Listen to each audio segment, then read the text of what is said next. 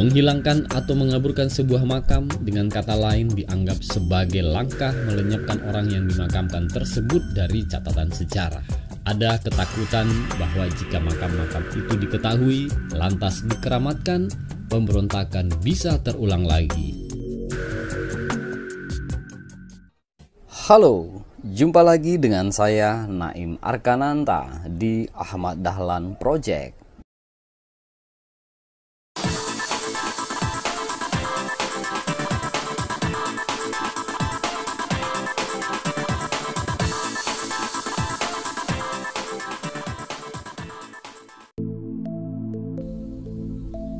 Kalau kita melihat situasi negara kita dahulu, negara ini pernah berada di situasi yang sangat mencekam dan sangat tidak aman. Kejadian seperti itu bahkan tidak hanya sekali, namun berulang. Kekacauan itu dilakukan oleh mereka yang ingin merubah haluan negara, sehingga dicap sebagai musuh negara. Mereka menebar teror, melakukan aksi konfrontasi yang mengancam kedaulatan negara. Beberapa peristiwa pemberontakan yang paling diingat dalam catatan sejarah bangsa yakni pemberontakan G30 SPKI, pemberontakan DITII, dan Gerakan Republik Maluku Selatan. Pemberontakan itu berhasil dipatahkan oleh negara. Para pemimpin musuh negara itu tertangkap, tapi beberapa di antaranya ada juga yang meninggal dan tewas terkena peluru tajam Tentara Nasional Indonesia. Sebelumnya saya ingatkan bagi teman-teman Ahmad Dahlan Project yang belum mensubscribe channel ini agar terlebih dahulu mensubscribe channel ini ya, dan jangan lupa tekan tombol notifikasinya sebagai pengingat bila ada konten terbaru yang dibuat oleh channel ini. Nah, setelah para tokoh yang dicap pemberontak atau musuh negara itu berhasil ditumpas, muncullah misteri dan kisah kematian mereka memantik perdebatan. Keberadaan makam mereka tertutup kabut sejarah hingga saat ini. Tak ada yang bisa memastikan kebenaran kuburan mereka.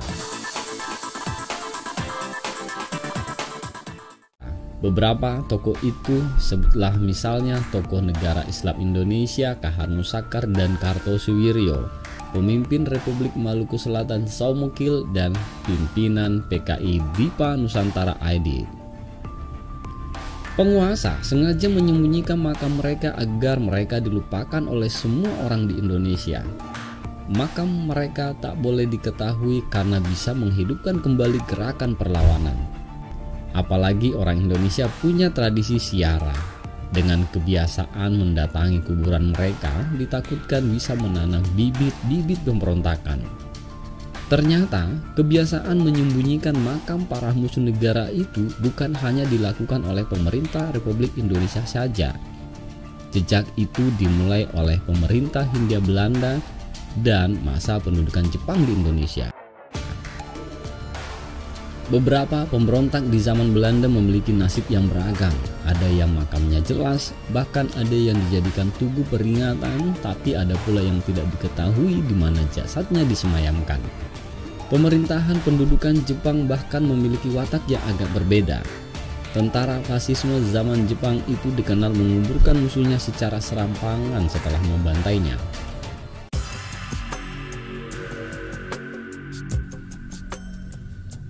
Nah, inilah tokoh atau orang yang dianggap musuh negara yang tak jelas makamnya. Maka mereka dirahasiakan agar mereka dilupakan semua orang di Indonesia. Sebutlah Dipa Nusantara Aidit. Ada beberapa versi tentang cerita akhir hidup DN Aidit. Ada yang menyebutkan Aidit ditangkap dan dieksekusi di Boyolali, Jawa Tengah. Aidit adalah orang yang bercita-cita menjadikan Indonesia sebagai negara komunis. Dia punya teori sendiri tentang revolusi. Baginya revolusi bisa berhasil jika disokong setidaknya 30% kekuatan tentara. Gerakan 30 September 1965 yang dia rencanakan gagal dan teorinya meleset. Sampai sekarang tidak diketahui secara pasti di mana jenazahnya dimakamkan.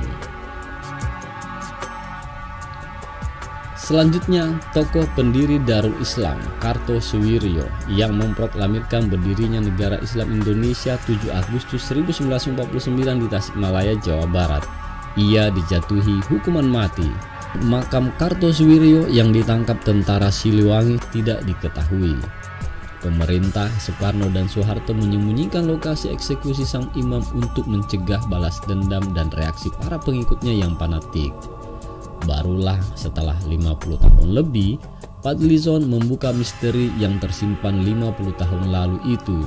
Lewat buku Hari Terakhir Kartosuwiryo, 81 foto eksekusi mati Imam DITI itu terungkap. Kartosuwiryo dieksekusi mati dan dikuburkan di Pulau Ubi, Kepulauan Seribu. Sebelumnya banyak yang juga menduga Kartosuwiryo dieksekusi dan dimakamkan di Pulau Onrus. Pulau Onrus yang dalam bahasa Belanda berarti tanpa istirahat atau sibuk.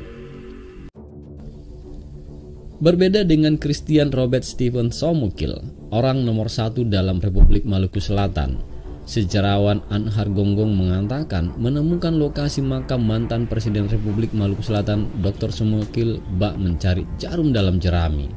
Referensi lain juga menyebutkan Somokil ditangkap di Pulau Buru lalu ditahan di Pulau Seram. Menurut referensi itu, Somokil tewas dalam eksekusi hukuman mati pada 12 April 1966. Hampir semua pemimpin gerakan tertangkap hidup, kecuali Abdul Kahar Musakkar yang tewas saat kontak senjata pada 1965 di Sungai Lasolo. Menurut catatan Kodam Siliwangi dalam Siliwangi dari masa ke masa, Kahar tertembak pada 2 Februari 1965. Pasukan Siliwangi di bawah komando Peltu Umar menyisir dan mengepung kawasan sekitar Sungai Lasolo. Suatu kali, keluarga Kahar Musakkar bertanya kepada Jenderal M. Yusuf. Jenderal Yusuf tak mau memberitahu. Menurut Yusuf, jika letak kuburan Musakkar diketahui masyarakat, makamnya akan disembah dan dikeramatkan.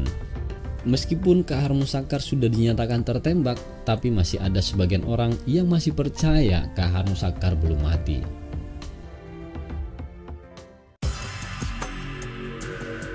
Menghilangkan atau mengaburkan sebuah makam dengan kata lain dianggap sebagai langkah melenyapkan orang yang dimakamkan tersebut dari catatan sejarah. Ada ketakutan bahwa jika makam-makam itu diketahui, lantas dikeramatkan, pemberontakan bisa terulang lagi. Itulah mengapa beberapa makam yang dianggap musuh negara tak pernah jelas letaknya.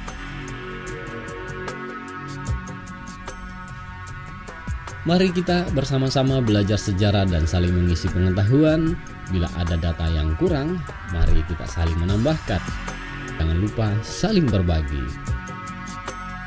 Saya Naim Arkananta, Ahmad Dahlan Project. Salam.